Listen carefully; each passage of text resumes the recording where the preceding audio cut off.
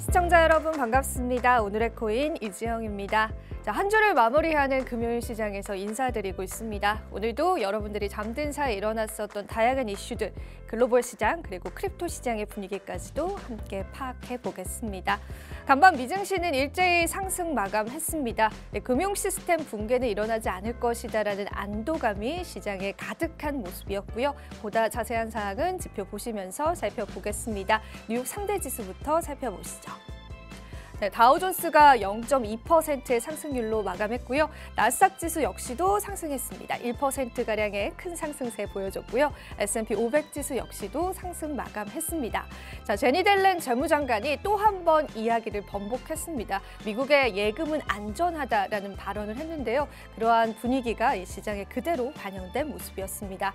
자, 2년물 국채금리가 3% 아래로 하락을 하면서 이제 어느 정도 안정세를 보여주고 있는 모습이고요. 달러 인덱스는 소폭 상승했습니다. 골드 같은 경우에도 상승한 채로 마감됐습니다. 자, 암호화폐 시세도 살펴보실 텐데요. 비트코인 시세부터 살펴보시죠.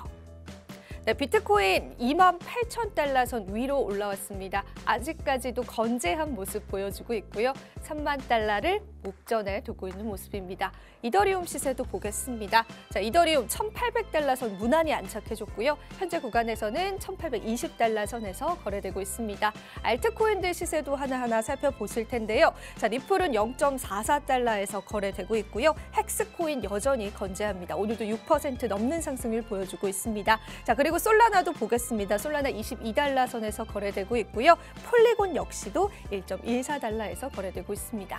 전반적인 분위기 나쁘지는 않다라고 보여지는데요. 오늘 열리는 뉴욕 시장까지도 함께 살펴보시면 좋을 것 같습니다. 자, 이어서 오늘의 이슈도 살펴보시겠습니다. 오늘 저희가 준비한 첫 번째 이슈부터 한번 열어보시죠. 자, 오늘의 첫 번째 이슈입니다. 자, 권도형이 몬테네그로에서 체포가 됐습니다. 자, 드디어 몬테네그로 재무부 장관의 트위터를 통해서 권도형이 체포됐다라는 이야기가 전해왔습니다.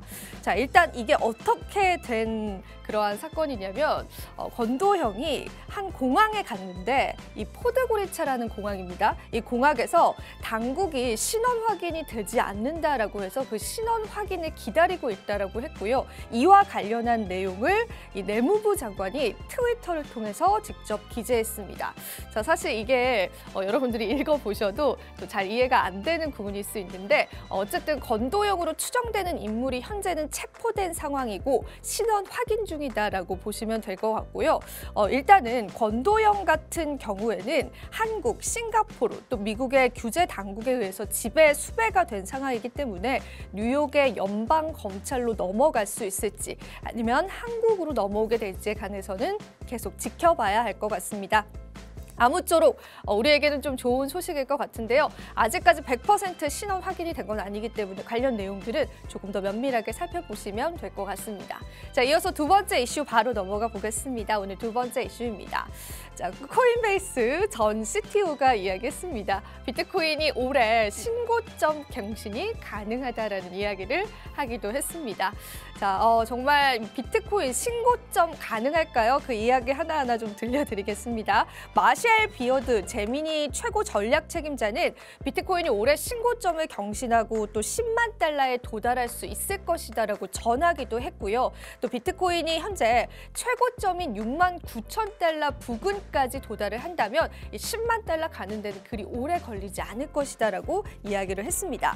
그런데 앞서서 코인베이스의 전 CTO가 비트코인이 무려 굉장히 짧은 시간 안에 10만 달러에 도달할 것이다라고 발언을 하기도 했었는데요. 만약에 비트코인 가격이 10만 달러가 된다면은 정말 빠른 시간 동안 일어날 것이고 지금 은행 리스크가 비트코인의 수혜를 받으면서 계속해서 상승할 수 있다라고 이야기를 했습니다. 하지만 이 비어드 제미니 CSO는 비트코인이 10만 달러를 넘어서 100만 달러까지 도달하는 시점이 올 수도 있지만 정말 심각한 일이 일어나지 않는다면 그게 빨리 일어나진 않을 것이다라고 보고 있습니다. 하지만 지금 현재 대부분의 전략가들 대표들, 또 CEO들, CTO들은요. 비트코인 신고점 경신을 오래 할 수 있을 것이다라고 내다보고 있는 시점입니다. 자, 그래도 좋은 소식일 텐데 계속해서 아직까지는 관련 흐름들을 좀 지켜보셔야 될 것 같습니다. 자, 이어서 오늘 마지막 이슈 한번 살펴보겠습니다. 오늘 세 번째 이슈입니다. 자, 뱅크 오브 아메리카에서 보고서 하나를 발간을 했는데요.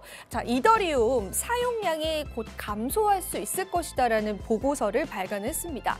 어떤 내용인지 살펴보니까요. 이더리움 네트워크가 초기에 굉장히 많은 거래를 유발을 했는데 이는 네트워크 정체와 거래 수수료 상승으로 이어졌기 때문에 양날의 검이었다라고 이야기를 했습니다. 이 뱅크 오브 아메리카의 연구 보고서에 따르면 최근까지는 대안이 거의 없었기 때문에 대부분 이더리움 블록체인을 사용을 했지만은 그것이 지배적인 운영 체제로 현재 남아있는 상황이지만 일단은 은행이 이 블록체인을 사용하기 위해서는 블록체인을 수용할 수 있는 그 활동량을 더 늘려야 할 것이다라고 지적하기도 했습니다. 즉 지금까지는 큰 대안이 없었기 때문에 이더리움을 사용을 했지만 이더리움이 이렇게 확장성 문제라든지 또 수수료 문제들을 계속해서 해결해 나가지 않는다면 다른 대체안이 계속해서 들어올 수 있을 것이다라고 이야기를 하기도 했습니다. 자, 초기에 많은 성공으로 인해서 네트워크와 또 정체됐던 부분들, 또 수수료 급증이 일어났던 부분들 이더리움 측에서도 계속해서 해결해 나가고 있는데요.